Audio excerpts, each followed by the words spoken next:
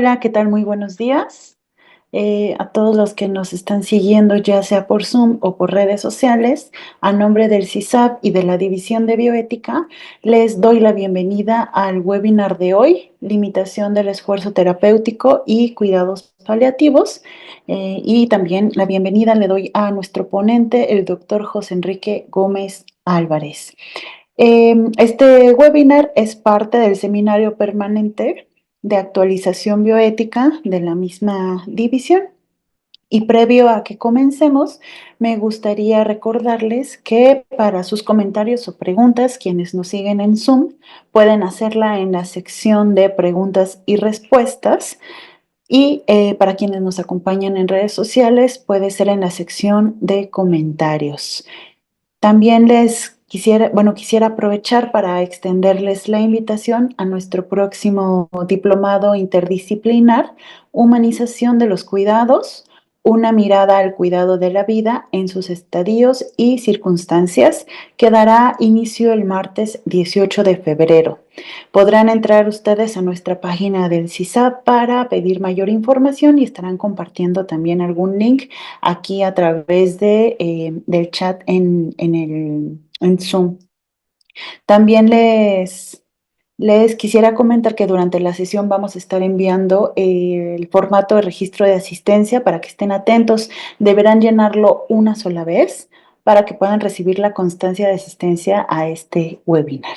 Y bueno, ahora sí, si me permiten, para dar inicio a la sesión, voy a leer brevemente una reseña del doctor José Enrique Gómez Álvarez, que, bueno, él es investigador de aquí de la división del CISAP, es doctor en filosofía, de la división de bioética del CISAP, perdón. Es doctor en filosofía por la Universidad de Navarra, maestro en gerontología social por la UNINI, maestría y licenciado en filosofía por la Universidad Panamericana. Ha sido profesor e investigador en áreas de ética aplicada. Como les mencioné, actualmente colabora en el Centro de Investigación Social Avanzada y también en la Universidad Anáhuac. Ha publicado en revistas especializadas temas de bioética, sobre todo desde la óptica de argumentación, y también tiene bastantes publicaciones y libros en temas de bioética. Es además miembro del Sistema Nacional de Investigadores Nivel 1 y actualmente realiza investigaciones sobre la bioética y la gerontología. Para este webinar, bueno, está pensado justo porque hoy en día que estamos bombardeados de información, sobre todo en temas de salud, es posible que hayamos escuchado hablar sobre el tema de limitación del esfuerzo terapéutico y cuidados paliativos, pero justo nos enfocamos en saber si conocemos en qué contexto podemos hablar de esta herramienta, bueno, de esta limitación de esfuerzo terapéutico, a qué nos referimos con ellos y qué implicaciones éticas y en qué contexto se presenta. Además, también se presentará un poquito el cambio que se ha hecho actualmente sobre perdón, adecuación del esfuerzo terapéutico y cuidados paliativos. Y bueno, para esto, José Enrique, bienvenido. Muchas gracias por acompañarnos y te cedo la palabra para que inicies el webinar. Perdón, había en mi micrófono. Gracias, maestra Andrea. Entonces, el tema, en efecto, es limitación del esfuerzo terapéutico y cuidados paliativos. Como acaban de señalar, el mismo concepto de limitación del esfuerzo terapéutico no es del todo preciso. Bueno, es preciso porque limitación es un término negativo, ahorita lo mencionaremos, y entonces de alguna manera dice algo que tiene que ver con la terapia, que es eliminar terapias innecesarias. Pero también por otro lado, en realidad, lo que se hace al final de la vida con los cuidados paliativos y la cuestión terapéutica no es tanto limitarla, sino a adecuarlo, a ajustarlo a las necesidades del paciente. Y entonces en ese sentido es más que limitación del esfuerzo terapéutico y por eso es más correcto hablar de adecuación. Antes de iniciar la presentación de las diapositivas, hay que aclarar que la bioética es una interdisciplina, ¿no? Entonces, en ese sentido, las respuestas bioéticas se dan conectando o interrelacionando temas éticos con cuestiones empíricas, ¿no? Con cuestiones de datos, con cuestiones que muestra la clínica. Entonces, un poco eso se hará aquí, ¿no? O sea, voy a conectar algunas cosas empíricas, datos que nos proporciona la medicina o en general, y lo conectamos con los temas éticos, ¿no? Porque así es como funciona la bioética, ¿no? Más o menos, ¿no? Tiene que ser una conexión de las distintas disciplinas que intervienen. Bueno, voy a desaparecerme para que se vea la presentación y yo también la pueda ver con claridad. Entonces, vamos a empezar con un término clave. Algunos autores han dicho que el dolor es el quinto eh, signo físico, ¿de acuerdo? El quinto signo vital. Digo, no es que sea el quinto signo vital, ¿no? Pero han dicho, ¿no? Que el dolor es el quinto signo vital por la importancia que tiene en Perdón, José general. Enrique, discúlpame, no se ve la presentación, no sé ¿No si se ve? quieras compartirla nuevamente. Sí, la voy a volver a compartir. Déjenme.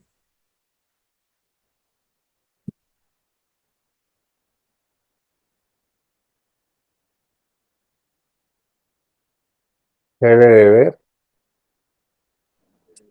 Sí, ya se ve. Entonces, Gracias. no, de nada. Entonces, el dolor, algunos han dicho que es el quinto signo vital, ¿no? ¿Por qué el quinto signo vital? Por la importancia que tiene en la vida humana. Aunque sea algo negativo, bueno, no es totalmente negativo. Como todos saben, el dolor cumple una función de control del cuerpo. Gracias al dolor se puede uno dar cuenta de que hay algo que no funciona, por ejemplo, ¿no? Que hay algún problema fisiológico, pero tiene tal importancia en las cuestiones de fin de la vida, es probablemente la queja número uno y el temor número uno que se da al final de la vida. Probablemente lo que la gente tiene más miedo es a tener un dolor continuo. Entonces, el dolor por eso es tan importante en la consideración del fin de la vida, ¿no? Pero el dolor tiene un aspecto objetivo. El dolor, digamos, tiene un componente que es biológico, ¿no? Entonces, por ejemplo, en esta definición que saqué de la International Association for the Study of the Pain, dices, tiene un aspecto neurofisiológico, objetivo y un aspecto psicológico. Entonces, una sensación displacentera y una experiencia emocional asociada con eh, daño del tejido potencial o actual o descrito en términos de tal daño, ¿no? Entonces, en efecto, ¿no? El dolor no es un componente meramente subjetivo, sino tiene un correlato objetivo, que normalmente es un daño en el organismo, ¿no? Entonces, en ese sentido, el dolor puede ser tratado con técnicas, digamos, empíricas, ¿no? Porque aunque el componente subjetivo es variable, es cierto, la sensación displacentera varía en el grado y la manera en que se da en las personas, sin embargo, tiene un componente objetivo, ¿no? Entonces, es posible localizarlo, ¿no? En diversas partes del cuerpo, o puede uno derivar de dónde proviene el dolor, como solemos decir, qué le duele a usted, ¿no? Entonces, normalmente cuando hacen una pregunta como ¿qué le duele a usted? Es la posibilidad a menudo de localizar el sitio del dolor, aunque, bueno, no siempre el sitio del dolor implica el daño del tejido, pero es localizable, ¿no? Entonces, el dolor es un elemento que puede localizarse en el cuerpo. Ahora bien, tan es así que el dolor ha sido clasificado, ¿no? O sea, hay dos tipos de dolor, nociceptivo y neuropático, son los típicos, ¿no? Y el dolor nociceptivo se divide en dolor somático o visceral. El dolor somático es el resultado de la estimulación mecánica o química directa de nociceptores y el envío normal de señales nerviosas al cerebro. Hombre, me pico con una aguja Se estimula esa parte del cuerpo y genera dolor. Punto. ¿No? Simplemente. Estimulación mecánica o química directa a los nociceptores. Y el envío normal de señales nerviosas al cerebro. Me pico con una aguja, el cerebro recibe la señal y siento el dolor, ¿no? Tiende a ser localizado, molesto, pulsante y espasmódico. Bueno, eh, son términos, ya sabemos que parcialmente subjetivos, pero se entiende, ¿no? Me pico con una aguja, sé dónde me pico, siento justamente la cuestión punzante del dolor y puede en un momento determinado, si es muy, muy doloroso el estímulo, quedar parcialmente. Bueno, el ejemplo clásico, pero de fin de la vida, no el ejemplo clásico de una aguja, es las metástasis en huesos, ¿no? Muy doloroso en general, ¿no? El dolor visceral es causado por unos receptores en el tubo digestivo, las vías respiratorias y otros aparatos y sistemas, ¿sí? Todos hemos sentido dolor visceral, un dolor de estómago, una molestia intestinal, y entonces se expande, digamos, el dolor, ¿no? Es un tipo de dolor profundo cólico que aparece clásicamente en cuadros del final de la vida como pancreatitis, infarto del miocardio, la invasión tumoral de vísceras.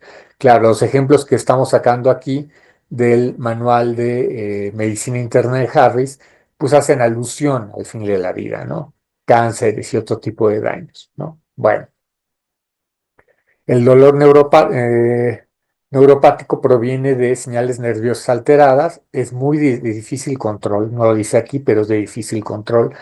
Los pacientes lo describen como ardoroso o choque eléctrico. Entre los ejemplos clásicos están el dolor post-apoplejía, invasión del plexo braquial por tumor y neuralgia post-herpética.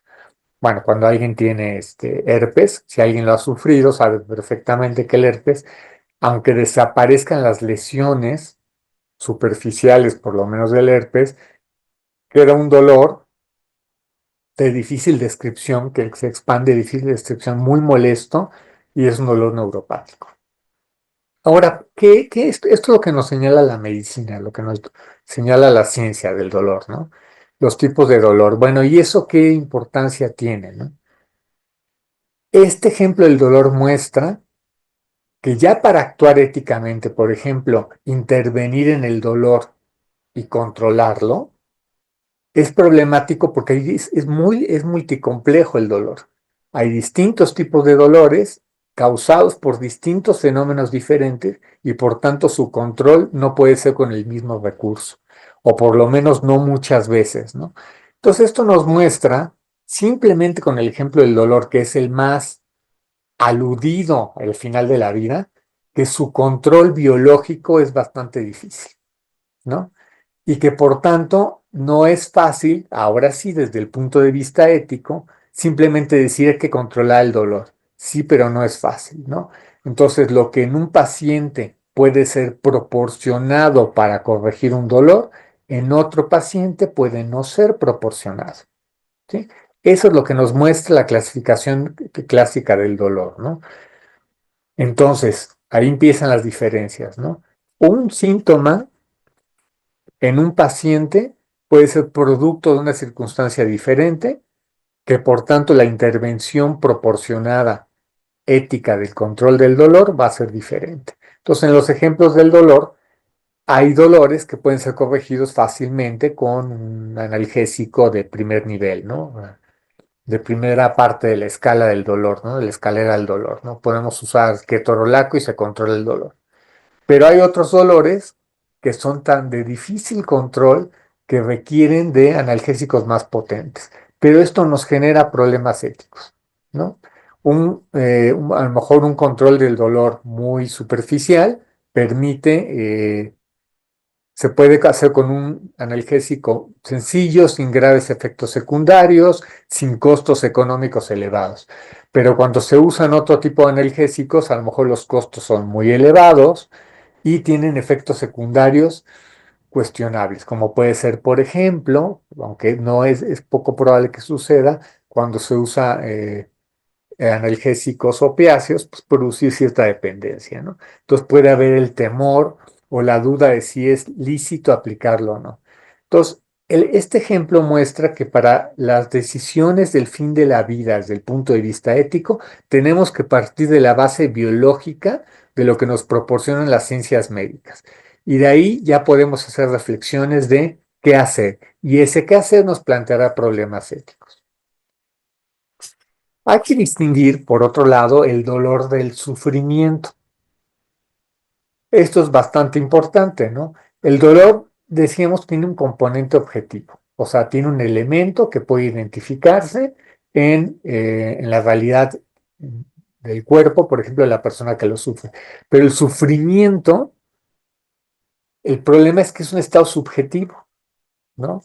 Entonces, esta definición es bastante buena. La encontré en este texto de Desarrollo y Validación Escala sobre el sentido del sufrimiento.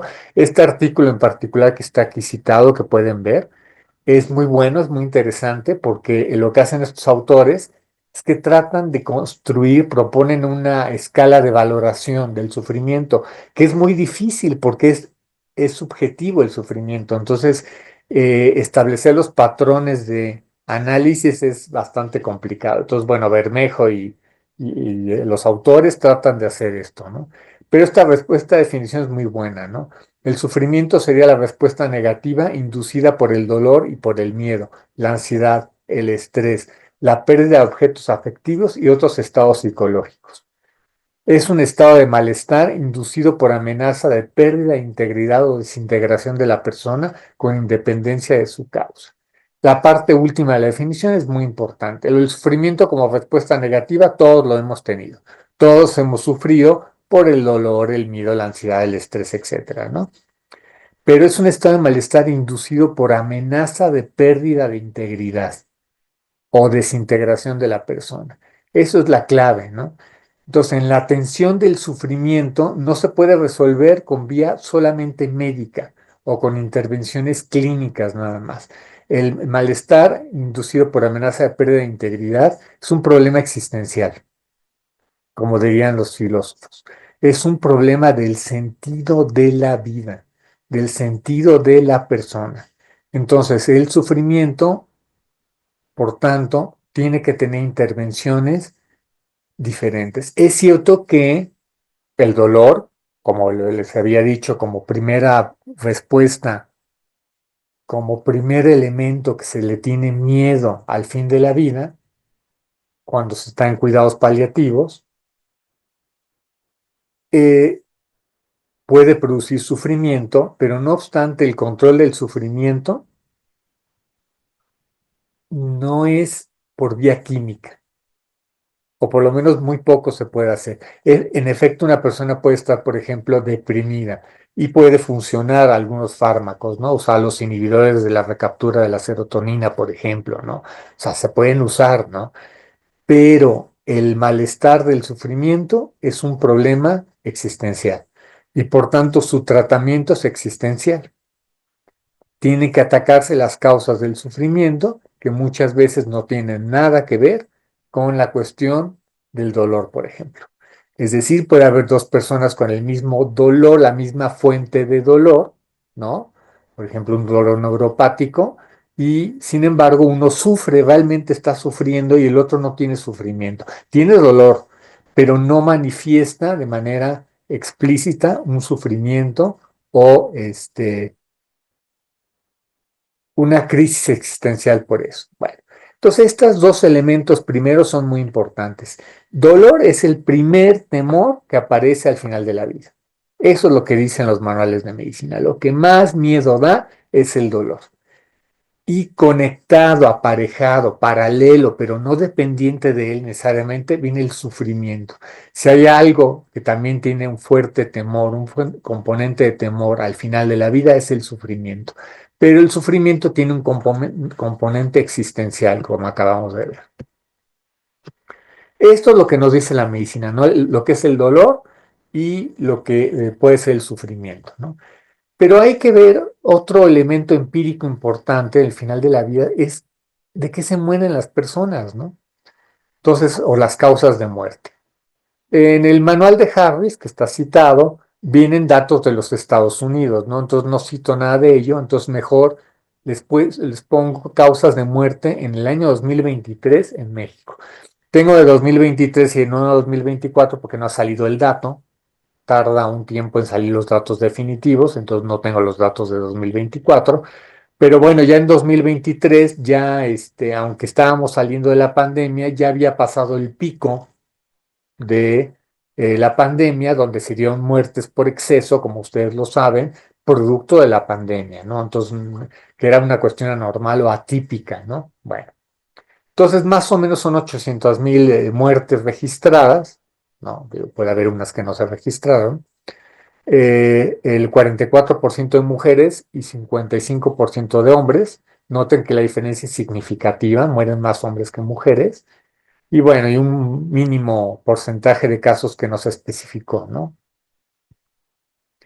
Bueno, que la mayor, prácticamente el 98% casi de las defunciones fueron del periodo de referencia, o sea, el 2023, y otras fueron registradas en años previos, pero se registraron en 2023. Entonces, prácticamente son 780,000 casos al año, ¿no? Entonces ya viene el asunto interesante, ¿no? 89,5%, prácticamente el 90% es producto de enfermedades y problemas relacionados con la salud y solo aproximadamente el 10% es por otras causas, accidentes, homicidios, suicidios, etcétera, ¿no? Entonces, obviamente nos interesa el 90% del causado por enfermedades y problemas relacionados con la salud. Ahora, muy importante, las causas de muerte. Entonces, las principales causas de muerte en orden fueron enfermedades del corazón, diabetes, tumores, accidentes y enfermedades del hígado, las primeras 5. Entonces, como se pueden dar cuenta, en un primer vistazo, se encuentran enfermedades, unas que suelen matar de manera, digamos, abrupta o casi instantánea, pero tenemos presente enfermedades que son crónico-degenerativas. Entonces vemos que la diabetes aparece en el número 2 y es una enfermedad, y no es que muera de diabetes, de que, bueno, sí puede uno morir evidentemente por una crisis diabética, ¿no? Una crisis de azúcar, pero normalmente la gente va muriéndose en el tiempo. Entonces va sufriendo enfermedades que van produciendo dolores y malestares y que van produciendo sufrimiento.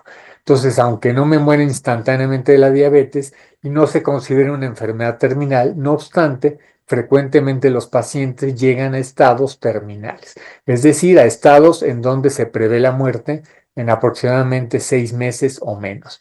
Este criterio de los 6 meses o menos es obviamente cuestionable y es falible, ¿no? Muchas personas, por ejemplo, en el caso de los tumores malignos, que es la siguiente causa de muerte, le han pronosticado un estado terminal y viven más tiempo que un estado terminal, ¿no?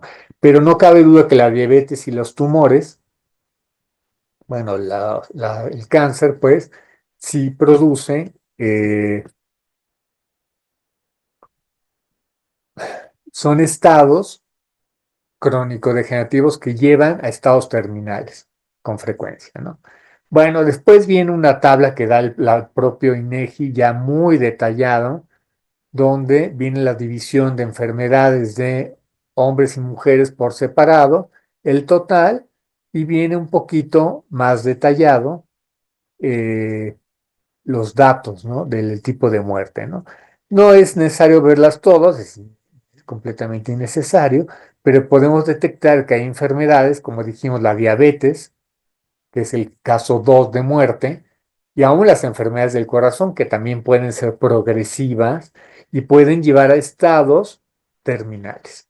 Entonces, en el caso de México, en consecuencia, muchos de los casos terminales se encuentran en la diabetes y el cáncer, prácticamente. Y hay otras cosas importantes, como por ejemplo las enfermedades cerebrovasculares, pero son muchísimo menos en relación a los casos que estamos comentando de la diabetes y los tumores, ¿no? Entonces, probablemente la mayoría de los casos donde se da eh, dificultad para tomar decisiones del fin de la vida es en la diabetes y en los tumores. Bueno, esto es de la cuestión empírica, esto estamos hablando de las cuestiones médicas, ¿no? Lo que nos dice la ciencia, lo que nos dice la epidemiología, y nos da pistas, ¿no? De dónde aparecen los problemas del final de la vida. Pero ahora viene una reflexión antropológica. Así funciona la bioética. Ya vimos una parte clínica, empírica, y ahora nos vamos a una cuestión antropológica, que es el ser personal. Vamos a hacer ciertos análisis conceptuales que son propios de la filosofía y que es la parte, digamos, conceptual. Entonces, una de esos es el ser personal. Hay que insistir, debería ser obvio, pero las personas son alguien y no algo, ¿no? En pocas palabras, las personas no son cosas. Entonces, el primer error en el cuidado del final de la vida es ver a las personas solamente como elementos clínicos, como ejemplos clínicos de enfermedades, como seres que hay que curar porque son cosas que tienen enfermedades, ¿no? Es decir, me preocupo no por la persona, sino me preocupo por su hígado. No estoy preocupado por la persona, me preocupa su cáncer. Y no, debe ser, me preocupa la persona con cáncer o me preocupa la persona con una enfermedad del hígado, por ejemplo, ¿no? Hay que insistir, cada persona es única, insustituible e irrepetible. Punto. Dicho de otra manera, ¿por qué única, insustituible e irrepetible? Porque tiene una historia de vida o tiene una biografía y en ese sentido es única. No hay dos historias de vida idénticas. Por más parecidas y semejantes que viva, nadie vive la misma vida. Entonces, en cierto modo, es otra manera de decir que como somos seres biográficos. Y en ese sentido, somos seres biográficos que somos perfectamente autoconscientes. Entonces, el sentido de la vida y la vida vivida varía de cada persona. Entonces, llevado esto al fin de la vida, a una persona que está sufriendo, por ejemplo, un cáncer o que está sufriendo de diabetes y está en una etapa terminal, su experiencia de vida de la diabetes o del estado terminal que está sufriendo es única. Entonces, por tanto, el trato es único. Bueno, cada ser humano es un objeto de cuidado. Cada ser humano merece ser atendido como un objeto de cuidado, como un ser que merece cuidados.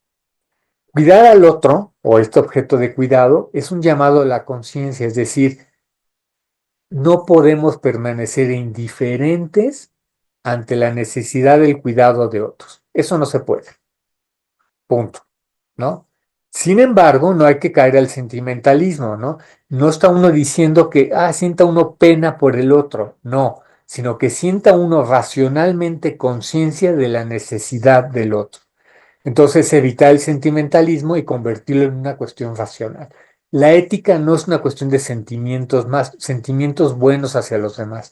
La ética es una cuestión de las buenas razones para el actuar y en ese sentido es plenamente racional.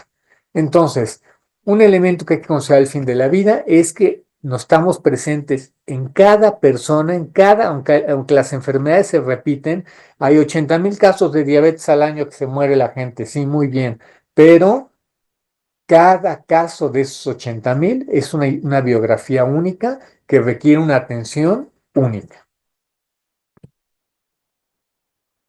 El cuidado, ¿no? Hay que aclarar, ¿no? Hay corresponsabilidad de cuidado, corresponsabilidad en el cuidado, sería incluso mejor decir eso, ¿no? El, en los seres autoconscientes como nosotros, si hay otros seres autoconscientes, pues no lo sabemos, pero por lo menos los únicos que tenemos certeza que somos plenamente autoconscientes somos los seres humanos. Entonces, tenemos una corresponsabilidad con los demás, es decir, nos merecemos cuidados entre nosotros. ¿No? Esa es una, ¿no? Todos tenemos la obligación de cuidarnos con todos.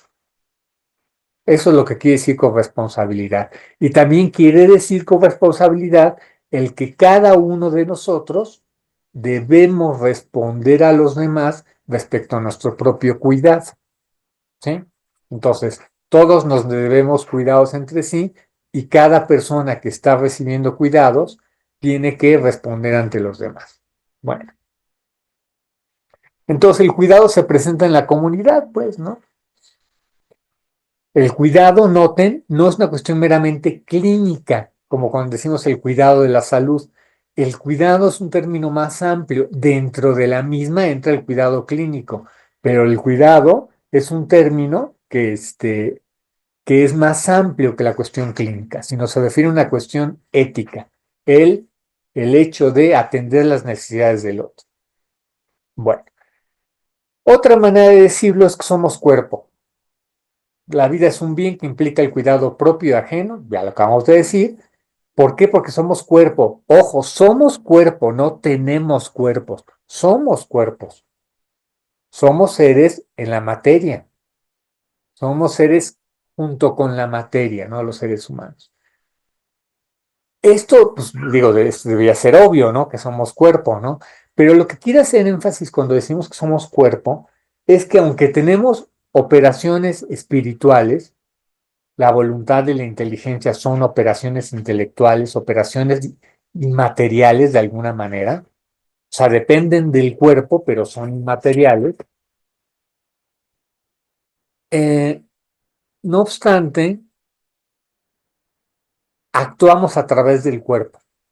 Aún nuestra inteligencia y voluntad depende de alguna manera del cerebro, de por lo que sabemos hasta ahora del cerebro, como el medio no es la operación misma, pero es el elemento biológico que permite el manifiesto de la capacidad. Entonces, desde ese punto de vista, somos cuerpo, interactuamos y funcionamos por medio de un cuerpo. Entonces, el cuidado aparece en primer lugar con el cuerpo. Entonces, cuando cuidamos a alguien, cuidamos su cuerpo también. Entonces, aún las cuestiones más inmateriales como el amor, digamos, el cuidado de los hijos es intervenimos en los cuerpos de los hijos. O sea, reconocemos que tiene una corporeidad que merece atención. Bueno, otro elemento importante en la noción de cuidado es, o el número dos, es que la vida buena, o sea, la vida ética, acorde a la dignidad humana, es más valioso que la vida física. Esto es puede ser controversial, incluso escandaloso, pero otra manera de decirlo es que la dignidad humana es un valor absoluto y por tanto no es relativo nada más a las circunstancias, es un valor absoluto y por tanto puede ser superior a la vida física. Esto es crucial en el cuidado del fin de la vida, porque justamente es posible suspender o limitar, para usar la palabra de nuestro título de la plática de hoy, ¿no? Limitar la intervención terapéutica se puede hacer porque la dignidad humana es superior a la vida física. Es decir, es mucho más importante el tratarnos como fines en sí mismos y no como medios que el hecho de estar vivos biológicamente. Esto es muy importante, ¿no? Por eso podemos arriesgar la vida por otros. Por eso alguien clínicamente puede renunciar a un riñón y proporcionárselo a otra persona. Justamente puede renunciar a un riñón y proporcionárselo a otra persona porque lo que vale es la persona en sí misma, aunque la vida física se ponga en juego. Entonces esto es muy importante. Es más, es crucial. Si no fuese así, pues simplemente no podríamos suspender ningún tratamiento, no importando el sufrimiento o el dolor que pueda generar y el consecuente sufrimiento que pueda generar. No se podría suspender porque si la vida física fuese el valor absoluto, lo que tendríamos que intentar con cualquier paciente, todo lo que esté en nuestras manos para que se mantenga vivo, biológicamente hablando. Pero justamente podemos decir no. Podemos seleccionar las intervenciones biológicas o clínicas justamente porque es superior la dignidad humana que la vida física, ¿no? Y eso explica lo que acabo de decir, que podemos arriesgar la vida por otros, en un trasplante, en una transfusión sanguínea, un bombero que corre y entra en una casa incendiada para sacar a una persona, pues pone en riesgo su vida, pero es sensato y ético justamente porque es superior la dignidad humana que el cuidado meramente del cuerpo. Bueno, los cuidados paliativos, ¿no? Vamos a hablar un poquito de esto, ¿no? Y ahorita hablamos de la famosa limitación, ¿no? Del esfuerzo terapéutico, que está conectado con los cuidados paliativos. Tiene cuatro áreas, ¿no? Los cuidados paliativos. Se tratan síntomas físicos, el dolor, por ejemplo, muy claro. El dolor, el cansancio, el mareo, etcétera, etcétera, ¿no? Síntomas psicológicos, la depresión, la ansiedad, etcétera, ¿no? O sea, deben de atender necesidades sociales, es decir, las relaciones interpersonales, los cuidados y aspectos económicos. Esto es muy importante. Normalmente cuando pensamos en cuidados paliativos nos quedamos en los primeros dos y casi desaparece el tres, ni se diga el cuatro, ¿no? Necesidades existenciales o espirituales. Todas son parte de los cuidados paliativos. ¿Por qué? Porque lo que atendemos son personas.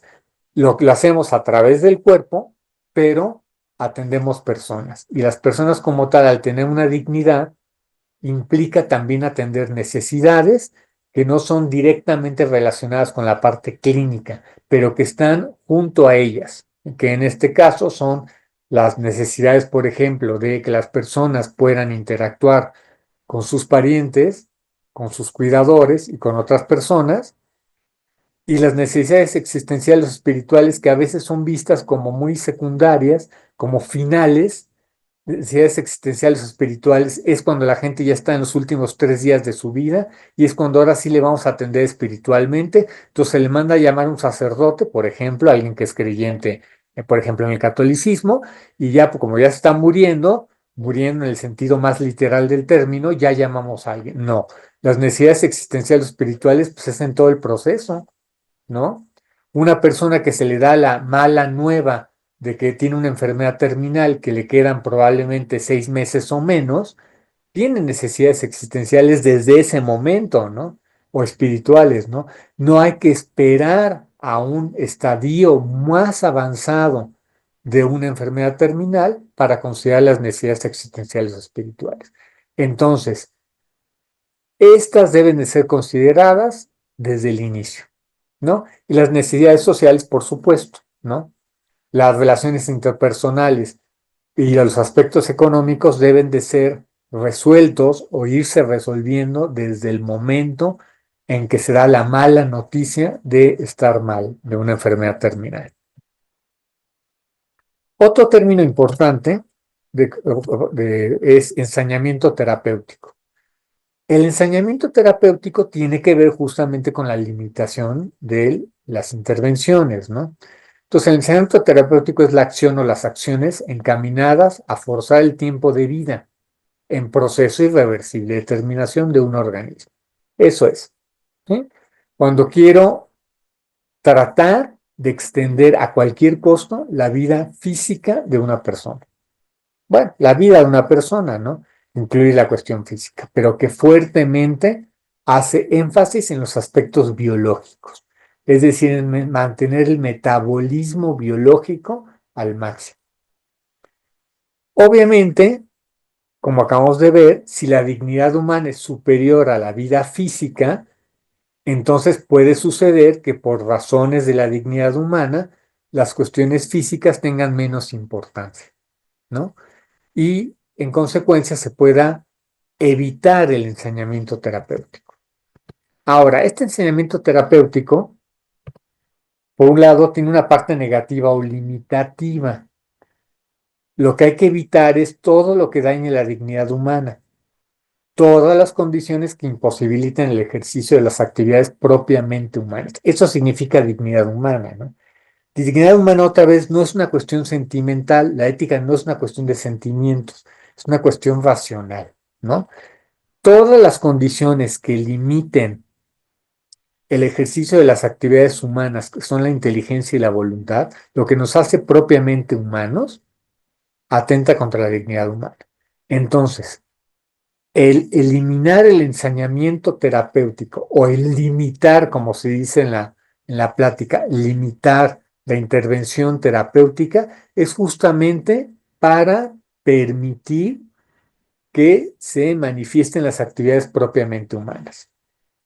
Entonces, si alguien tiene un dolor insufrible y la única manera insufrible, literalmente, que produce un sufrimiento intolerable, ojo, un dolor con un sufrimiento intolerable, ya vimos que el dolor tiene un componente objetivo que puedo tratar, pero el sufrimiento que produce, pues es meramente subjetivo, ¿no? Entonces depende de cada persona. Entonces, si alguien tiene un dolor, por ejemplo, que le produce un sufrimiento enorme,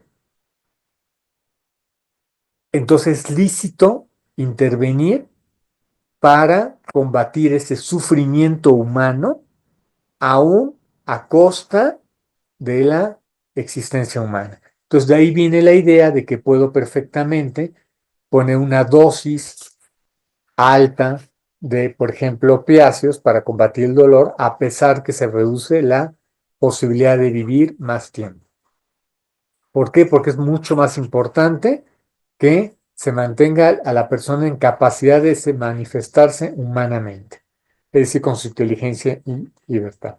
Pero un peligro es imaginar que los cuidados paliativos y la llamada limitación del esfuerzo terapéutico se queda en esto. El problema de llamarle limitación del esfuerzo terapéutico es que parece sugerir que las únicas acciones que se realizan durante el proceso terminal de una persona es eliminar problemas, ¿no?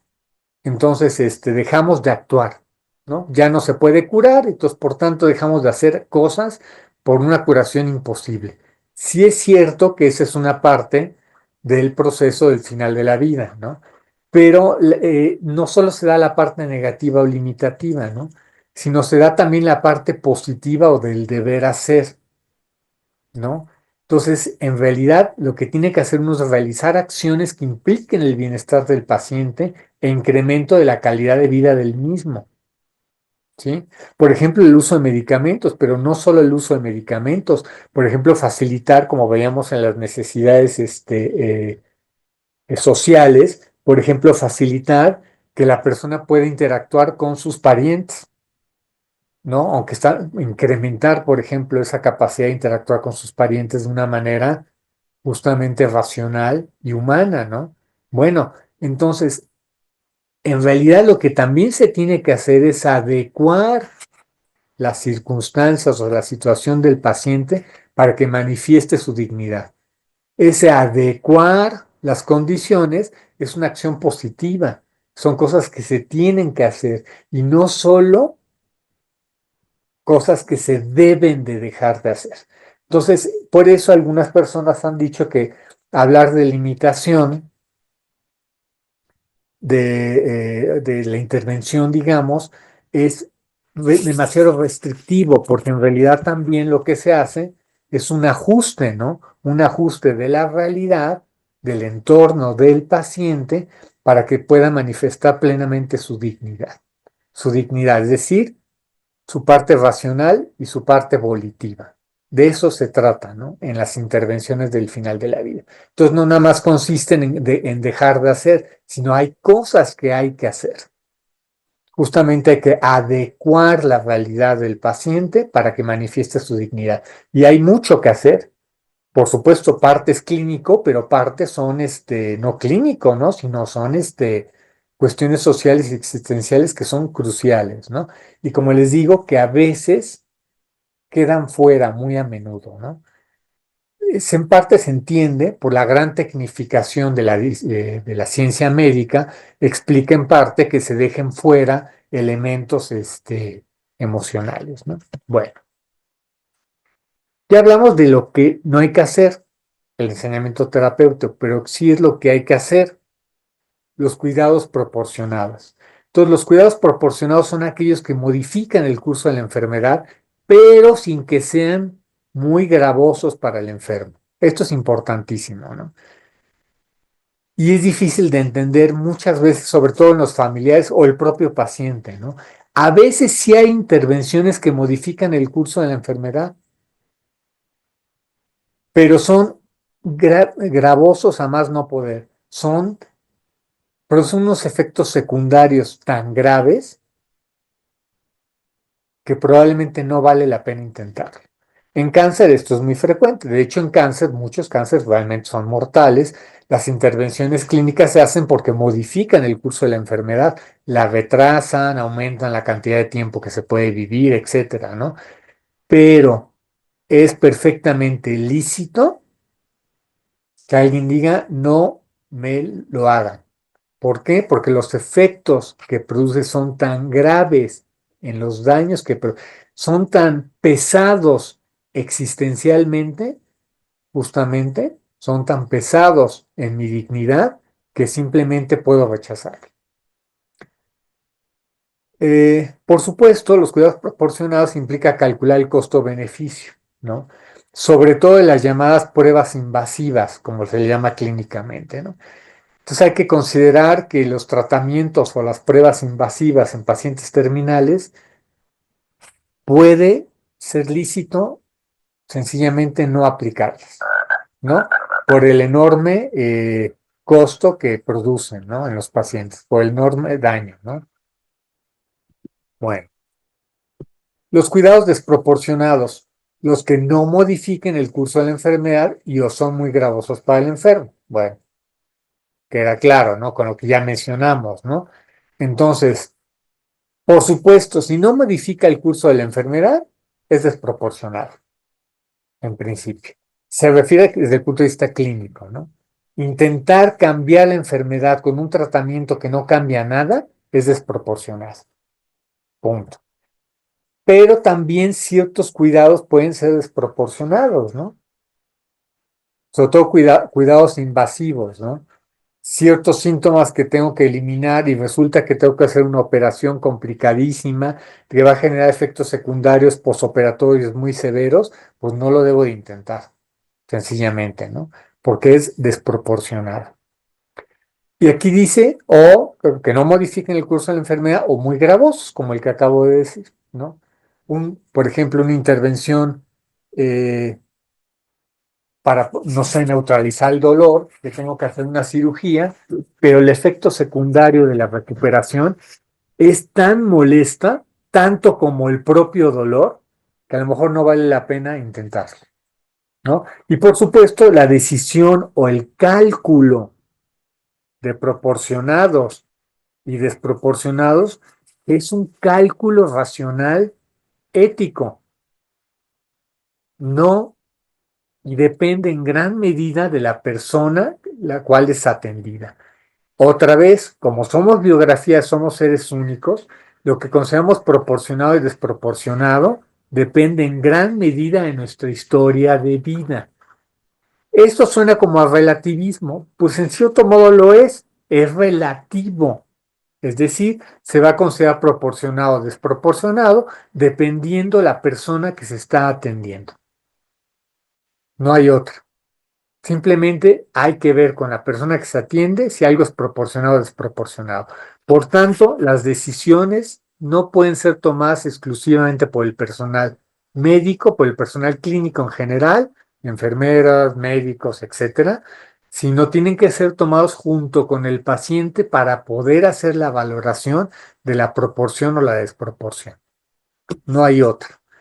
No es posible hacerlo desde fuera. Tiene que ser junto con la persona que es la que recibe los cuidados y, como habíamos dicho, actúa corresponsablemente. No hay otra. Esta noción de proporcionado y no proporcionado tiene un supuesto ético. Este supuesto ético, que además guía todos los cuidados paliativos o la famosa limitación de la intervención terapéutica, es el principio de proporcionalidad. El principio de proporcionalidad es un principio ético que dice, no hay que intentar actos buenos con efectos desproporcionadamente malos. Punto. Es muy sencillo de expresar, pero es difícil de seguir, ¿no? Entonces, aunque haya una correcta intención y se utilice un medio bueno, puede suceder que el acto bueno que incluso se intenta, como produce efectos muy gravosos para alguien, no está obligado a seguirlo. Y de hecho no debe uno intentarlo. No solo es una cuestión de que uno es buena gente, no, no debe uno intentarlo. Entonces, un médico que ofrece a un paciente terminal un tratamiento experimental con muchos efectos secundarios y que lo está ofreciendo porque quiere ver qué tanto funciona en su paciente, atenta contra este principio, contra el principio de proporcionalidad.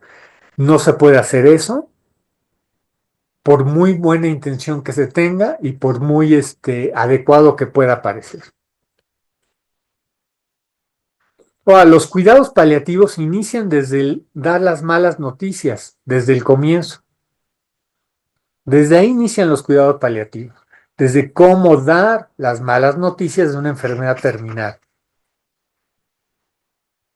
Hay un esquema que se llama SPIKES, digamos, que es un acrónimo para, bueno, indicar cómo deberían darse esas malas noticias.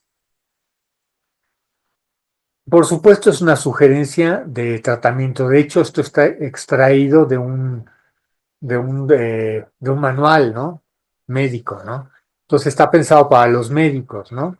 De que no, no nada más lleguen y digan, oiga, usted se va a morir, ¿no? Entonces, a ver, preparación personal antes de comunicar malas noticias. Tener toda la información a la mano, de ser posible conocer un poco el contexto del paciente, en fin, preparar el que va a dar las malas noticias, ¿no? Después, sentar las bases de la interacción, es decir, escoger el tiempo, lugar y personas adecuados. Entonces puede ser una mala idea dar las malas noticias a la persona sola. Puede que sí, puede que no. Hay que ver, por eso hay que preparar antes de comunicar las malas noticias, para ver cómo es el paciente, cómo probablemente reaccione y de acuerdo a lo que sepamos, tomar la determinación de cómo, en qué lugar, cómo se va a hablar de este tema. Percepción y preparativos, o sea, la situación básica, preguntas generales. A veces antes de decir simplemente usted se va a morir en 6 meses, hay que hacer preguntas generales. ¿Conoce usted bien su enfermedad? ¿Cómo se siente actualmente? Preguntas muy generales del estado del paciente. Después, indagar lo correspondiente a la invitación y necesidades de información. O sea, ¿quién debe enterarse de la situación? En pocas palabras, ¿no? Si nada más debe ser el paciente o el paciente con alguien más, que el paciente considere importante que lo conozca. Entonces, normalmente cuando se conoce al paciente, se puede saber si el paciente desea que sea su diagnóstico o su situación personal sea expuesta solo para él o para alguien más. Conocimiento de la enfermedad. Hay que explorar qué tanto sabe el paciente de su enfermedad para poder transmitir la mala noticia justamente, ¿no? Entonces hacerlo gradualmente, no de golpe, sino decir, conoce usted su enfermedad, sabe de qué síntomas tiene, conoce qué tan grave es su enfermedad, etcétera, etcétera. Entonces, pues sí, hacerlo gradual y llevar propiamente a la mala noticia, ¿no?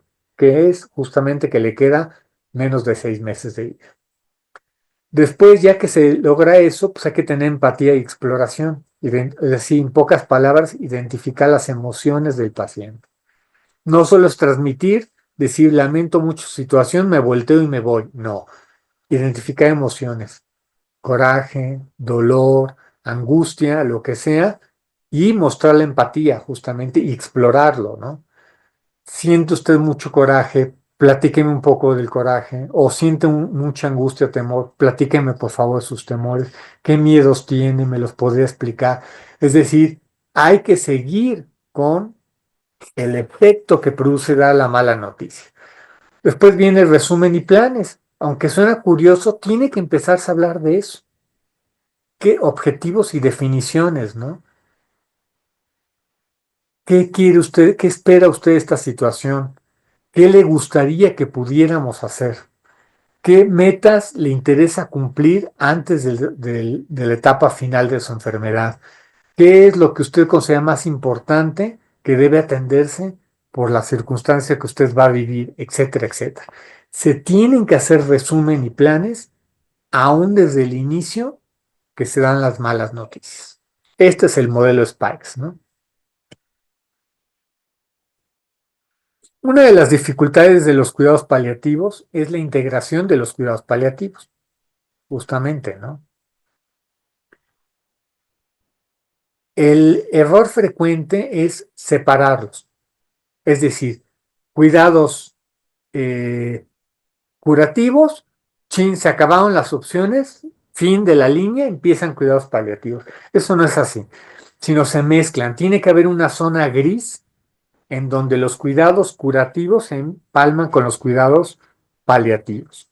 Es decir, puede empezar a tratar sintomatología del paciente, aun aunque siga recibiendo tratamiento con efectos curativos, por ejemplo, un tratamiento de cáncer que sigue recibiendo quimioterapia, porque todavía modifica el curso de la enfermedad, pero ya debe de mezclarse con los cuidados paliativos, de manera que se produzca una transición. Porque para evitar justamente o disminuir la sensación de fracaso. Si llega uno con un paciente y le dice uno, bueno, ya no podemos hacer nada más, ya nada más es cuidarlo, pues por supuesto la sensación de fracaso es terrible, ¿no? Es severísima, ¿no? No, no es así. Lo que se tiene que hacer es ir integrando los cuidados paliativos para que se vean como parte natural del proceso de la enfermedad, ¿sí? De todas maneras, por supuesto, hay que respetar la libertad del paciente, qué quiere que se le haga, qué quiere que no se le haga, etcétera, etcétera, ¿no? Y por supuesto, hay que hacer una reevaluación continua de metas junto con el paciente. Es decir, no debe uno imponer el cuidado paliativo, sino uno lo debe discutir siempre con el paciente. ¿Qué quiere, qué espera, qué quiere, qué se puede lograr, qué no se puede lograr? Y comentarlo con él. Una de las dificultades más difíciles de los cuidados paliativos es la sedación paliativa. Esto ha generado mucha discusión, ¿no? Para muchas para personas es casi una eutanasia disfrazada, sobre todo cuando la sedación paliativa se da en angustia existencial o espiritual, ¿no? Como se le llama también, ¿no? Entonces, cuando se usa sedación paliativa, cuando la persona sufre mucho, aunque esté controlado el dolor y parte de los síntomas, pero sin embargo la persona sigue sufriendo. Entonces, lo que quiere es dejar de sufrir sin que lo maten, simplemente que le controlen el sufrimiento. Entonces, algunos han propuesto la sedación paliativa por angustia existencial, pero muchos la consideran ilegítima, consideran que eso no debe de ser. Yo en lo particular pienso que es legítima, pero tiene que ser claro con pacientes terminales y cuando se han agotado todas las intervenciones posibles para controlar esa angustia, que van desde tratamientos clínicos mentales, como haber atendido todos los síntomas físicos que se presenten, ¿sí? Entonces eso es muy importante. Como lo menciona este manual de medicina interna, que es un clásico, el Harris, dice, el uso de sedación paliativa en casos de angustia existencial es motivo de controversia, ya lo dije por qué. La sedación paliativa debe introducirse solo después de que el paciente y la familia se han asegurado de que se intentaron todas las demás intervenciones y después de que el paciente y sus seres amados puedan decir adiós. Así de sencillo, porque en la sedación paliativa la persona ya queda inconsciente. Entonces es muy importante que también los aspectos sociales y espirituales hayan sido atendidos, ya que todo ha sido atendido en un momento determinado, es lícito sedar a alguien, es decir, que ya no sienta, ya no perciba el ambiente para poder suprimir el sufrimiento. Bueno, otra de las dificultades es la planeación de las voluntades anticipadas. Es difícil, pero es parte del cuidado. Es decir, tenemos que crear una cultura de voluntades anticipadas. Y no la tenemos, porque siempre vemos al que no tiene una enfermedad terminal, uno que no tiene una enfermedad terminal, las voluntades anticipadas se ven innecesarias o lejanas. Entonces, pues, ¿para qué me preocupo, no? Pues, no tengo enfermedad terminal, pues ¿para qué hago voluntades anticipadas, no? Entonces hay que crear una cultura de las mismas. En realidad, deberíamos, a partir de cierta edad por lo menos, porque normalmente uno muere en edades mayores, salvo que sea por accidentes, deberíamos de generar voluntades anticipadas y eliminar la resistencia del paciente. La idea de que no puedo dar instrucciones de cómo debo ser tratado en situaciones concretas, ¿no? Entonces, pues una parte del cuidado es eso, ¿no? Hay que preguntar al paciente qué quiere que se haga si, por ejemplo, viene un paro cardiorrespiratorio, ya en etapas muy avanzadas de la enfermedad. Entonces, frecuentemente, algunas personas dicen, ya no me resuciten. Otras dicen que no, que lo resuciten, ¿no? Por mencionar un ejemplo de acción concreta. Pero puede ser mil cosas, la utilización de sedantes, el, el llamar a un sacerdote, pueden ser muchos elementos de las voluntades anticipadas. Realmente está asociado a cuestiones clínicas, pero pueden ser muchas cosas lo que entran en las mismas, ¿no? La parte importante es que se tienen que ser parte del cuidado, hay que proponerlas, no 5 minutos antes de que sucedan, sino meses antes, y hay que reevaluarlos continuamente. Conforme van habiendo evolución clínica, pues nos van dando pistas de qué cosas cambian, ¿no? Pueden aparecer nuevos escenarios clínicos que requieren revalorar las voluntades anticipadas. Entonces, por tanto, el documento de voluntades anticipadas, ya el documento como tal, tiene que ser reelaborado continuamente, tiene que ser actualizado continuamente. ¿Qué es las voluntades anticipadas? Bueno, tal como lo señala la ley en México, ya saben que la ley de voluntades anticipadas depende de cada estado, hay una en Querétaro, etcétera, ¿no? En Querétaro en particular hay una ley. Yo no encontré la ley del estado de Querétaro, entonces tuve que basarme en la ley de la Ciudad de México, ¿no? La ley de voluntades anticipadas. Y dice, es un instrumento otorgado ante notario público en el que una persona con capacidad de ejercicio y pleno uso de facultades mentales manifiesta la petición libre, consciente, seria, inequívoca y reiterada de, de ser sometida o no a medios, tratamientos o procedimientos médicos que propicien la obstinación terapéutica o el ensañamiento terapéutico, como decíamos, ¿no? Entonces, lo que se trata de evitar es que se abusen de uno, punto, que se abuse del paciente. Entonces, otra vez, la cuestión negativa, ¿no? La limitación de la intervención terapéutica. Pero como ya dijimos, hay que verlo también en términos positivos. También debe indicar voluntades anticipadas lo que sí quiero que me hagan, no solo lo que no quiero que me hagan. Entonces debe tener contemplar ambos elementos para hacer un buen documento de voluntad anticipada. Por supuesto, establecer el carácter fútil de un tratamiento no es fácil. No siempre es fácil, pues, ¿no? Porque a veces ciertas intervenciones invasivas modifican el curso de la enfermedad, pero hoy producen efectos desproporcionados. ¿Es fútil o no? Bueno, alimentar o nutrir, alimentar, perdón, tratamiento de la sed y del alimento. ¿Lo debo suspender o no? En principio no, pero a veces produce efectos tan graves el intentar alimentar al paciente que a lo mejor es lícito suspenderlo, ¿no? Entonces, no siempre es fácil, ¿no? Por supuesto, la aceptación de una intervención con baja probabilidad de éxito probablemente tiene que dejarse a la decisión del enfermo. Incluso la alimentación forzada, ¿no? Ciertos procedimientos de alimentación, nasogástrica, por ejemplo, puede ser lícito para el paciente suspenderlo si es muy gravoso, sí. Tiene que alimentarse a cualquier costo, ¿no? A lo mejor puede aceptar alimentarse con un procedimiento alternativo. Ya habíamos hablado de las necesidades, eh, ya hablamos mucho de las necesidades biológicas y clínicas, pero las necesidades sociales también son muy importantes, ¿sí? Entonces, las preguntas relevantes que deben de atenderse es la frecuencia con que una persona se siente cercana, qué ha representado la enfermedad para su familia, ¿En qué sentido la enfermedad ha alterado las relaciones sociales?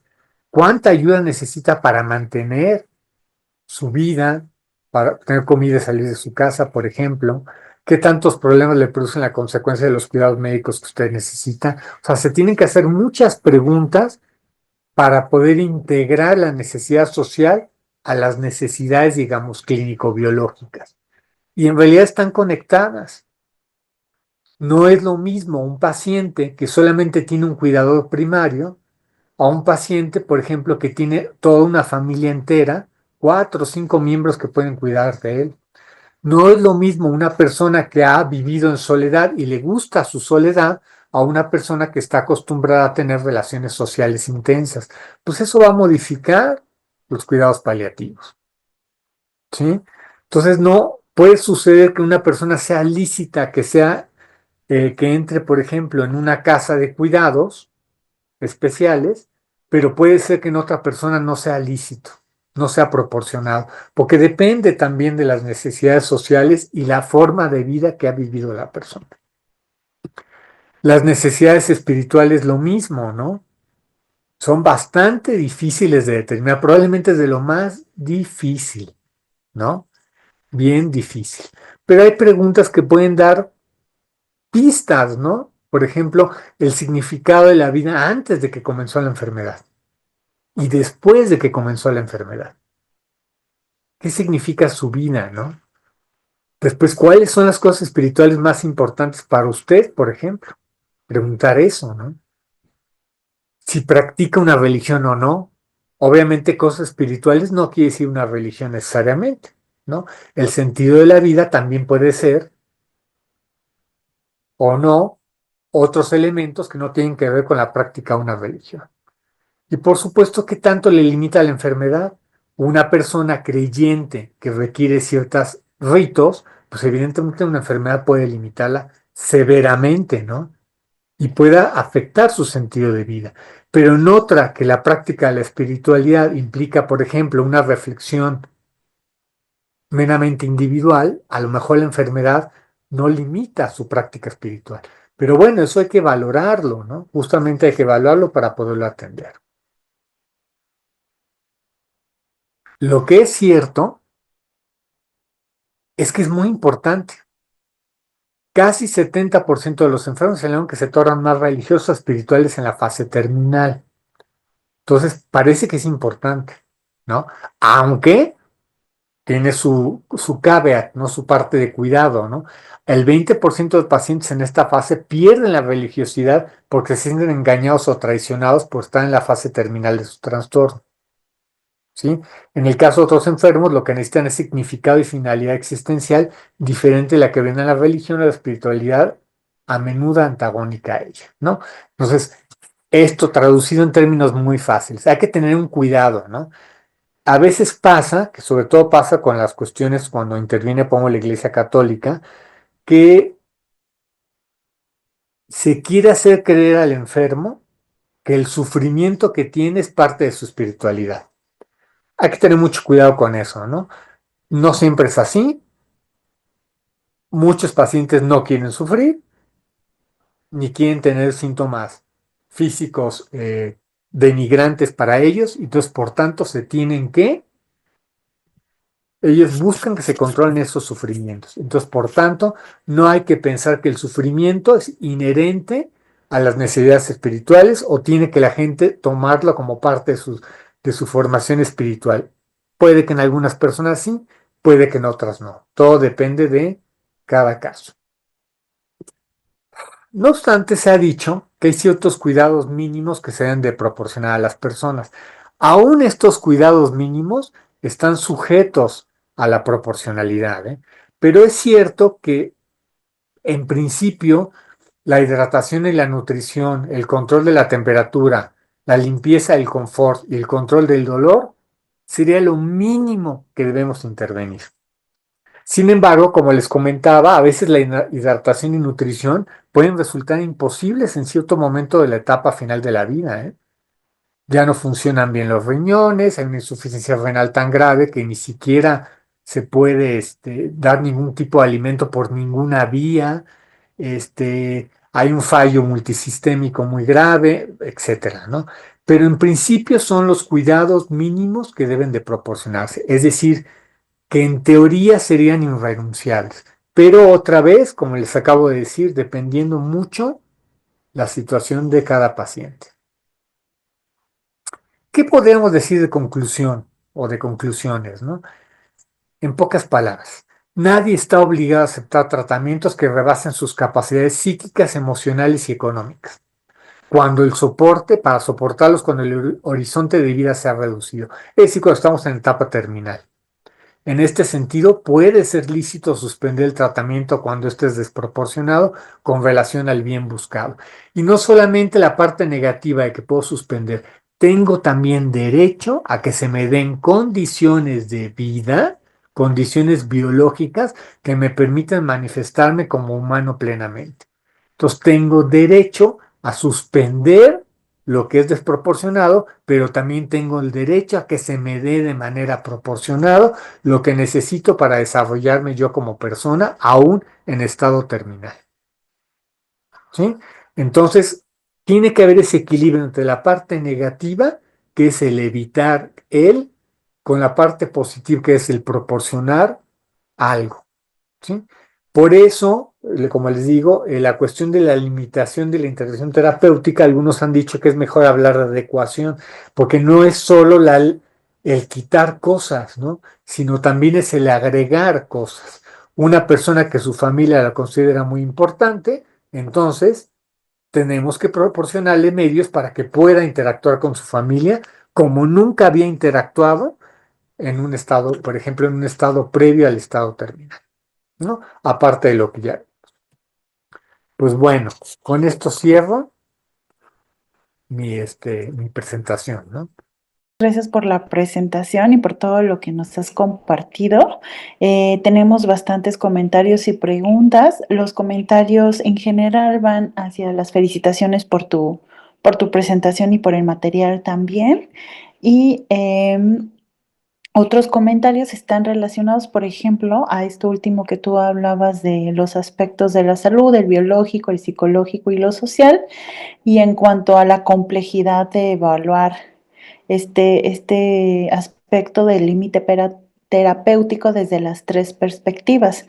Y, por ejemplo, este comentario lo hace Alberto Pérez y, bueno, al final nos dice que no siempre, perdón, la clínica es muy, pero muy importante evaluar desde el punto de vista individual, el psicológico del paciente, que por obvias razones del sufrimiento. La perspectiva no siempre es clara. Por eso aquí ayuda la psicología y la psiquiatría y bueno, en el aspecto social que involucra no solo a la familia, sino también el entorno, requiere de una evaluación por servicio social desde la antropología. El problema aquí es multidisciplinario. Nuevamente otros comentarios sobre las felicitaciones. Y hay uno que es muy interesante, dice, ahora me queda más claro el por qué no se deben realizar actos que puedan parecer buenos, pero que de alguna manera puedan traer efectos secundarios negativos al paciente. Propiamente en las preguntas sobre la presentación, José Enrique, te comparto que el Centro Camiliano de Humanización nos pregunta cómo ayudar a las familias a comprender de manera adecuada la limitación del esfuerzo terapéutico o adecuación. Esto justamente para evitar conflictos entre los profesionales de la salud, el familiar y o cuidador. Pues tiene ¿Quieres que que ver, fíjate que yo lo que diría es que se tiene que explicar lo que es bien la historia natural de la enfermedad. Punto. Es decir, suena un poco extraño, pero los parientes, dentro de lo posible, deben ser expertos en la misma enfermedad que se trata al pariente. Yo creo que el peor error es pensar, yo soy el médico y como yo sé qué es lo clínico, yo les digo qué es. No, hay que educar a los familiares en la historia natural de la enfermedad para entonces para que puedan comprender cuándo será la limitación. Eso es fundamental, ¿eh? Entonces, es decir, volver expertos a la familia en la enfermedad. Hombre, expertos se entiende, no son médicos, pero dentro de lo posible volver los expertos para que puedan comprender las intervenciones, si no, no se puede. Es decir, lo que hay que evitar es yo como médico les digo qué es esto, esto y esto y punto. No, sino educar en eso. Y eso requiere tiempo y es difícil, ¿no? Porque pues el médico está apurado, pero tiene que haber una educación clínica de los parientes sobre la historia natural de la enfermedad. Eso es lo que yo haría. Pues, y bueno, en relación también a esta forma como de explicar, B y L nos pregunta cómo explicar justo a una persona que no tiene formación y materialista el concepto de dignidad del ser humano. Buena pregunta, ¿no? Con ejemplos. Yo utilizaría eso. La metodología sería, porque en abstracto es difícil, pero con ejemplos es claro, ¿no? Por ejemplo, yo utilizaría el principio de la regla de oro. La regla de oro dice que no trates a los demás como no te gustarían que fueras tú tratado. No trates a los demás como no te gustaría que fueras tratado o trata a los demás como te gustaría que fueras tratado. Esa es la regla de oro. Aparece de hecho en todas las religiones. Yo utilizaría la regla de oro para ilustrar lo que es la dignidad humana. Perfecto. Eh, Mira, sobre lo mismo nos pregunta Raquel Jiménez Cerrillo. Bueno, no es sobre lo mismo, ya está un poquito más enfocado en cuanto a la parte de leyes. Dice, saludos, doctor Enrique, y felicitaciones por estos seminarios al CISAP. ¿Cómo abordar, educar o sensibilizar desde un marco bioético a una sociedad donde el hedonismo, lo placentero, la evitación del dolor, la frustración o el malestar eh, son cada vez más, perdón, el malestar y que ven como única respuesta humana el dolor en el final de la vida, la eutanasia? Cada vez resulta más difícil que se hable y se entienda lo que es la persona y dignidad humana, y esto agrava el brindar leyes que permiten, autorizan y legalizan terminar con la vida del que sufre. Creo que en específico es cómo abordar o educar y sensibilizar desde el marco bioético a una sociedad hedonista. Bueno, esa pregunta es del millón, ¿no? Pues cambiando todo el sistema educativo, digamos, ¿no? Pero yo diría que lo que le toca a uno individualmente es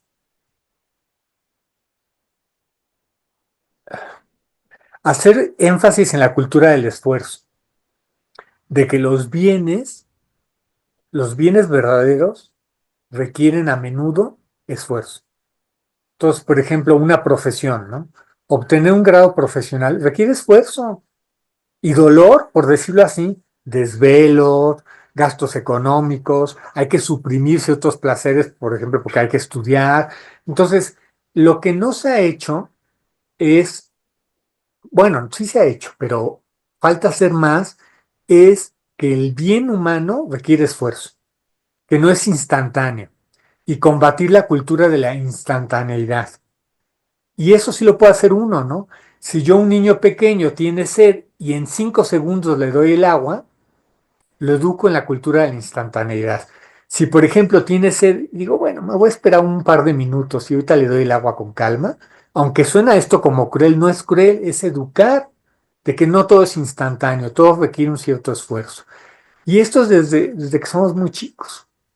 El problema es que la única manera es educativa. Digo, yo sé que suena como un cliché, ¿no? De que es la educación la solución. Pues sí, sí es la educación la solución. Entonces, en pocas palabras, eliminar la cultura de lo instantáneo para convertirlo en una cultura del esfuerzo. Eso es lo que yo diría. Y se tiene que hacer en todos los niveles, ¿eh? Como profesores, como padres, como, etcétera. También como pacientes y como médicos, ¿sí? Eliminar la cultura de la instantaneidad, ¿no?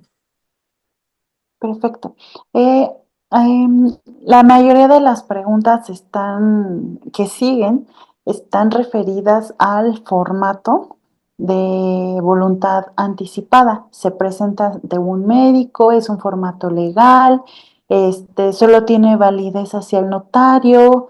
¿Nos podrías explicar un poquito más sobre esta, Sí, bueno, el la documento tiene que decisión ser de ante voluntad notario, ¿eh? anticipada? Tiene que ser ante notario. Sí. En México, como está en la ley, tiene que ser ante un notario para que tenga todo el peso legal, ¿no? ¿Tiene que haber un médico? No. Entonces, yo puedo simplemente presentarme ante el notario. Hay un formato de documento donde uno dice, por ejemplo, qué cosas no quiere que se le hagan a uno. Pero normalmente la idea básica es que no se le haga a uno justamente tratamientos desproporcionados. Pueden ser muy específicos o pueden ser no tan específicos. Pueden ser específicos como no quiero que se me resucite en caso de un paro cardiorrespiratorio, ¿no? ¿No? Si estoy en etapa terminal, ¿no? Puede ser deseo ser sedado para ser eliminados mis dolores. Digo, no, no puedo pedir eutanasia, por supuesto, ¿no? El documento no permite eso, la eutanasia sigue estando penalizada, ¿no? De hecho, no está desapareciendo en el Código Penal Federal, ¿no? Simplemente puedo renunciar a tratamientos, pero tiene que ser con notario, sí. ¿Lo puede hacer cualquier? ¿Tiene uno que está enfermo terminal? No. Esa es una pregunta muy frecuente. Por lo menos en la Ciudad de México, yo puedo sacar el documento aunque no esté terminal. Por eso había dicho que debería haber una cultura de ese documento. La verdad, yo sí pienso que es que no tenemos esa cultura, porque es que vemos la muerte siempre alejada de nosotros, pero en realidad debemos de tener la cultura de reconocer que nos podemos morir. Entonces, ¿qué quisiéramos que se nos hiciera en ciertas circunstancias? Entonces, no tiene uno que estar terminal necesariamente, tiene que ser ante un notario, no tiene que estar un médico presente y puede ser tan general como quiera uno o puede ser tan específico. ¿Ok? Muy bien, muchísimas De gracias, lo que José me Luis. acuerdo, ¿eh? Se me escapa algo seguro, ¿eh? Sugiero nada más que revisen la ley porque, digo, está muy fácil, se consigue en internet muy fácil. Muy bien. Em, Diana nos pregunta en cuanto al respeto a la libertad del paciente, si éste vive con enfermedades crónicas y no participa en su cuidado, es decir, que no toma medicamento, fuma, se alimenta mal, llevando así episodios agudos y críticos de visita al hospital, como familiar, ¿qué postura queda? Bueno, es que es difícil, ¿no? Porque tenemos que dar libertad, sí, punto. O sea, el paciente es libre de atenderse, sí, es parte de la dignidad humana. Entonces alguien puede decir, soy hipertenso y no me quiero atender la hipertensión, pues no me la atiendo, no tomo enalapril, ¿no? No quiero, no me la quiero controlar. Pues sí, ahora, tiene consecuencias y consecuencias que no nada más son individuales, son sociales. Si yo cuido mal mi diabetes y pierdo, por ejemplo, un miembro o entro en un coma diabético, pues afecto a todos. Entonces, es otra vez, hay que educar en la corresponsabilidad, que es lo que había dicho. De repente, cuando se educa o se quiere educar en salud, yo digo como enfermero eso pasa, a menudo se plantea como una cuestión meramente individual y no, o sea, educar en salud es educar en la sociedad, ¿no? Entonces, cuando educa uno, por ejemplo, en materia de sexualidad, el uso del preservativo, qué ejemplo tan raro, pero voy a ponerlo porque es muy claro para ilustrarlo. Hay que mostrar que el uso del preservativo es para el bien de todos, no solo para el bien individual. Es muy claro esto en las enfermedades de transmisión sexual, pero esto debería hacerse extenso a las enfermedades crónico-degenerativas. Cuando tú te cuidas tu azúcar, cuidas a los demás, porque les permites que te puedan cuidar si es necesario, y al revés, cuando tú tengas que cuidar, puedes cuidar.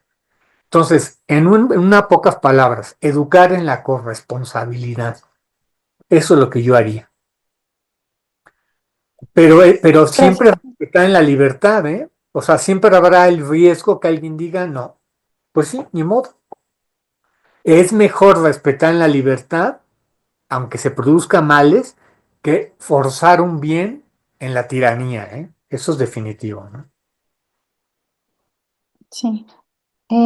Respecto a a la respuesta que nos dabas de la ley, la regla de oro, Efraín Pérez pregunta si se podría establecer un estudio oncológico de la naturaleza o dignidad humana, o solo en base a la regla de oro que de cultura en cultura puede tener variantes. No alcanzo a entender bien la pregunta. A ver, ¿me la puedes volver a leer? Sí, dice, podríamos establecer un estatuto oncológico de la naturaleza o dignidad humana, o solo en base a la regla de oro que de cultura en cultura puede tener variantes. Ah, ya. No, pongo la regla de oro como un ejemplo para vislumbrar lo que es la dignidad humana. Porque la regla de oro, lo que en el fondo termina suponiendo la regla de oro, es que no nos podemos tratar como cosas y que no nos gusta que nos traten como cosa.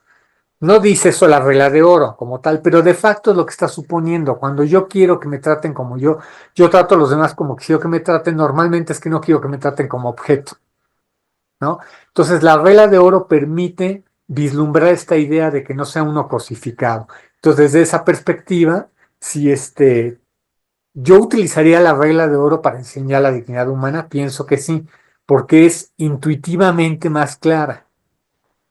Rara vez te vas a topar con una persona que diga, sí, yo quiero que me traten mal, o yo quiero tratar a los demás como a mí no me tratan. No, no, no, no. Generalmente la gente busca eh, de alguna manera ser tratado de una manera no cosificante, ¿no?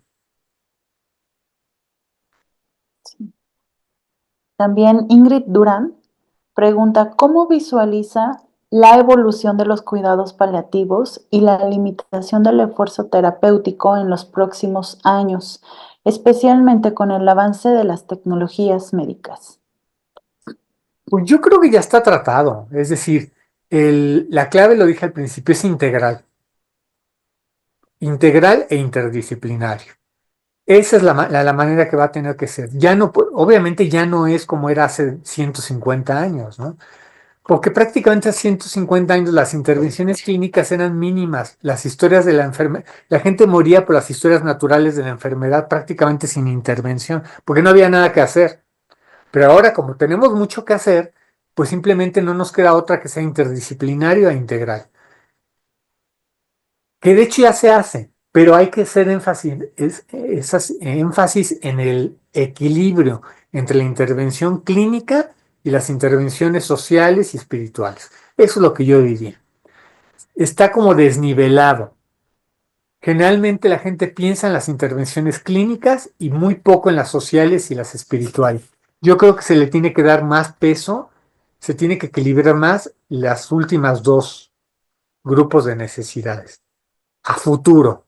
Es decir, todavía es muy pobre las intervenciones sociales y espirituales. O sea, va uno a una unidad de cuidados intensivos, por ejemplo. Yo me acuerdo como enfermero que eso pasaba, ¿no? Que los pacientes en cuidados intensivos están profundamente aislados, llenos de tubos, llenos de máquinas, porque así es, cuidados intensivos.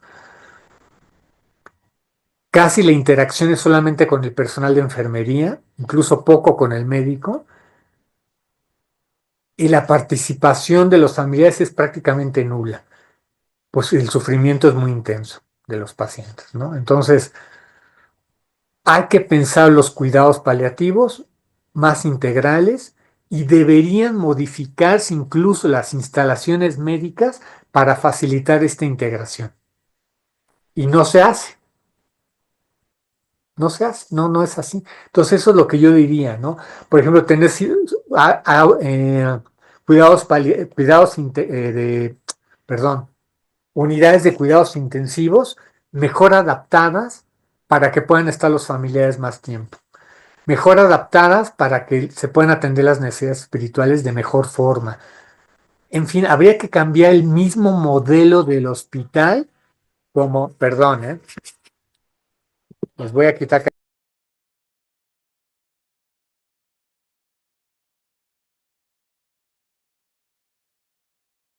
disculpen, era un ruido que no podía controlar. Entonces, hay que cambiar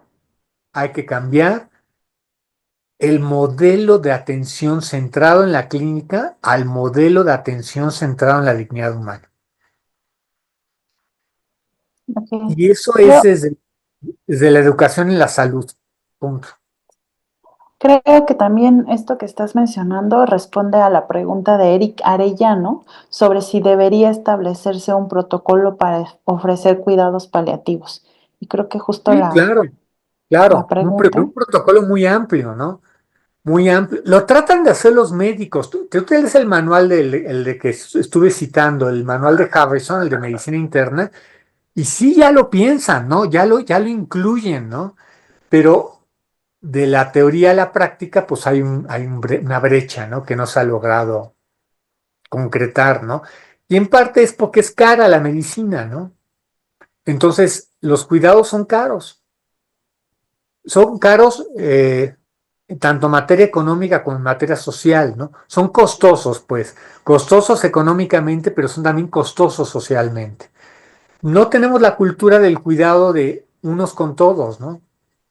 Tenemos una cultura un poco censista, muy de lo inmediato y muy de lo individual. Es bueno en cierta manera, porque parte del progreso humano se dio por eso, pero también lo malo de la cultura individual y del placer inmediato es que descuida cosas como el cuidado, porque en el cuidado tengo que renunciar a mi bien propio, al placer inmediato para ayudar a otro.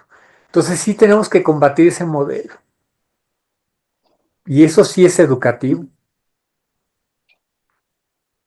Mira que nos acaba de llegar otra pregunta. Bueno, quisiera hacer énfasis en que si quisieran ustedes consultar nuevamente la presentación, este video va a estar disponible en los próximos días en el canal de YouTube del CISAP.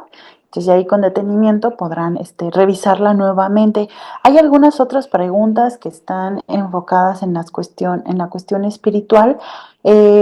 Para estas, yo creo que nos podríamos coordinar para hacérselas llegar al profesor y no desviarnos del tema específico de voluntad anticipada, perdón, adecuación del esfuerzo terapéutico y cuidados paliativos, pero que les pueda dar respuesta igual a estas preguntas. Sí, claro. Vuelven a llegar más comentarios de felicitación, sobre todo porque es un tema que no se aborda por completo en las instituciones de salud. También Juan Carlos Hernández menciona que tal cual como dices, una gran parte de la solución es introducir la educación de bioética en la enseñanza en todas las áreas de salud. Te Y en mandan todos los saludos. niveles. Pero tengo que aclarar, perdón que interrumpa, ¿eh? No, Está muy claro. bien, lo que dice, pero en todos los niveles. Se debería enseñar bioética desde la primaria. Punto. O sea, digo, no con la Ujú. palabra bioética, a lo mejor el niño no lo entiende, pero debería haber temas bioéticos desde la primaria. Es un mito de que Sí, vamos a claro. tratar el tema de la eutanasia hasta que ya tengamos 40 años. No, ¿cómo crees, no? Se tiene que tratar mucho antes, ¿no? Para hacer una cultura del cuidado. Entonces, la cultura del cuidado es desde que somos niños pequeños, ¿no? Claro. Justo sobre este tema, bueno, Juan Carlos Hernández te manda saludos desde el ISSSTE y la maestría de la NAHUAC. Em, Irma menciona lo importante que es el acompañamiento por los profesionales de cuidados paliativos. INCUPAL, Creciendo Juntos, menciona que ya hay formatos de voluntades anticipadas legalizadas en el Estado de México, Ciudad de México, Coahuila, Aguascalientes, San Luis Potosí y Oaxaca. En Querétaro no está legalizada, pero se puede hacer ante el notario. Yo Y no lo sabía, eso es un descubrimiento nuevo. sobre esto mismo del documento, por ejemplo, aquí Irma nos pregunta, dice, me queda la duda de cómo hacer efectiva la voluntad anticipada. ¿Debo dejar el formato a alguna persona y solo confiar en ella para cumplirlo No, se o no? recomienda que haya copia en el expediente clínico y que tenga copia el médico y el personal de salud. Eso sería lo ideal. Claro, los parientes también, por supuesto, pero desde el punto de vista clínico, se sugiere que la voluntad anticipada está en el expediente clínico, ¿eh? Que haya copia, y que lo tenga el médico también copia. Porque lo que le da mucho miedo a los médicos es que por dejar de hacer algo se les acuse de, etc. Entonces es muy importante que el personal de salud tenga copia de ese documento. O sea, no es que sea forzoso por ley, sino se recomienda que esté en el expediente clínico y eso. Porque es lo que evita, pues justamente que no se cumpla, ¿no? Ok, claro. Sí, no es como que hay que estarla cargando a todos lados, No ¿no? exactamente, Sino, pero sí tiene que estar disponible en el personal de salud. claro. Ideal. Eh, Gracias, José Enrique. Nos mencionan aquí Juan Carlos Hernández, que en Guanajuato desde el 2011 está en la ley del Estado, lo de las voluntades anticipadas. Y también Xochitl Meneses te manda muchísimas felicitaciones. Es un tema muy interesante que nos exhorta a conocer sobre cuidados paliativos, tanto profesionales de diversas disciplinas y la sociedad en general. En las instituciones de salud aún existe mucha ignorancia y el esfuerzo terapéutico cae en la obstinación terapéutica con tratamientos futiles que exacerban el sufrimiento de los pacientes y las familias. Ay, me quitaron ya, me quitaron la pregunta, pero bueno, esta es de Xochitl Meneses. Les comento que igual hay otra pregunta respecto a un caso particular sobre la relación del paciente y sus familiares y las decisiones de este sobre su tratamiento, pero igual yo creo que te la podríamos hacer llegar para que la puedas responder en lo particular. De De igual acuerdo. manera, quienes tengan más preguntas, ya por tiempo, quizá ahorita no nos da la oportunidad, pero en la misma página del CISAP podrán encontrar el perfil del doctor José Enrique y ahí verán también su correo electrónico y alguna duda en particular o si gustan algún tipo de bibliografía, yo creo que con gusto José Enrique se los podría proporcionar, los podría orientar también, a lo mejor no es un tema específico de él, pero les podría orientar con quien sí trabajarlo o tratarlo, ¿no? Les recuerdo también que ya está el link de asistencia aquí en el chat de Zoom y también en Facebook para que puedan registrarse y recibir la constancia de asistencia al seminario. Y bueno, José Enrique, te agradezco mucho. De verdad que siempre es un gusto escucharte y siempre se aprende algo nuevo con tus presentaciones, siempre estás muy actualizado. Y bueno, no me despido de ti, sabes que nos vamos a encontrar próximamente. Y con nuestros asistentes, muchísimas gracias. También ya se compartió la información del diplomado interdisciplinar de humanización del cuidado para quienes estén interesados puedan solicitar información o puedan solicitar ya una entrevista con la coordinadora del programa. Agradecemos mucho su asistencia, quienes hayan quedado hasta el final, quienes no, bueno, pueden volver a revisarla en nuestras redes sociales. José Enrique, nuevamente muchas gracias. A todos gracias y nos estaremos Muchas gracias a ti. viendo más adelante. Muchas gracias a ti. Nos vemos.